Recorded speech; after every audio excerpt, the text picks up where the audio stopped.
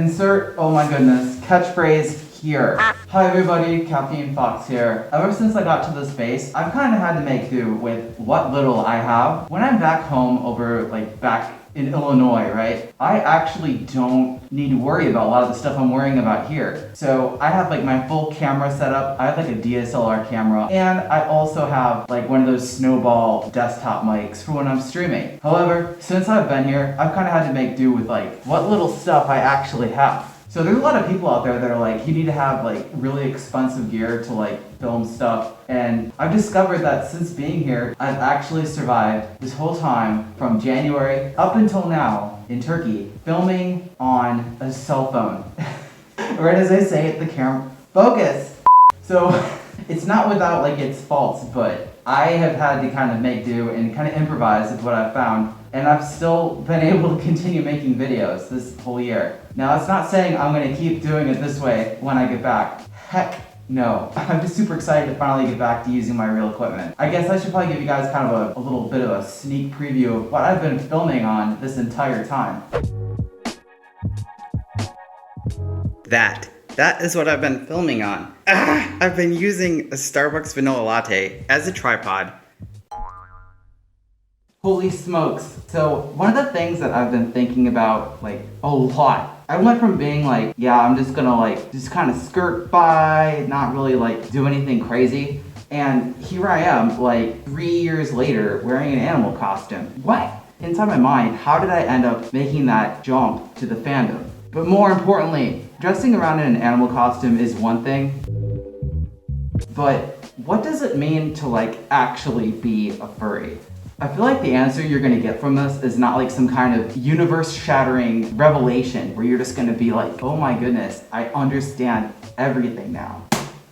I've seen a few questions posted online and directed towards me of what does it mean to truly be a furry? You just walk up and you say, hey, what's up? I'm a furry. And then all of a sudden you are one? Well, actually, yeah, that is actually the most simple way of saying that you are one and being a part of it. There's no secret initiation ceremony where you walk down some flights of stairs in an abandoned warehouse somewhere and all of a sudden these people show around with a bunch of candles everywhere and it's hey, the ritual has begun. Oh my gosh, I need to stop. There's a big misconception when it comes to being a furry. And that's, you need to have a persona. So for those of you watching this video who never actually heard the word persona used before, a persona is just your representation of how you feel on the inside, whether it's just some interest you have, I love caffeine, I love energy drinks, coffee, whatever. I decided to make that into a character that's an animal. Some people have backstories and complex plot schemes behind their characters, but you don't have to have that. There's so many ways to make a persona. However, there's a big misconception. When you're in the fandom, you don't actually need a persona to be a furry. It's crazy, I know. It's almost like an RPG. Everybody has characters interacting with other characters. By definition, the furry fandom is just a group of people that are interested in animals that can walk around and do human things. And now I know there's more to it than just that, but that is pretty much the gist of it. If you're ever thinking about joining the fandom, you do not need to have a persona to be a part of the fandom. If anybody tells you that you need to have one, they're wrong. It's almost kind of if you are really into anime, you don't have to cosplay as an anime character or come up with your own original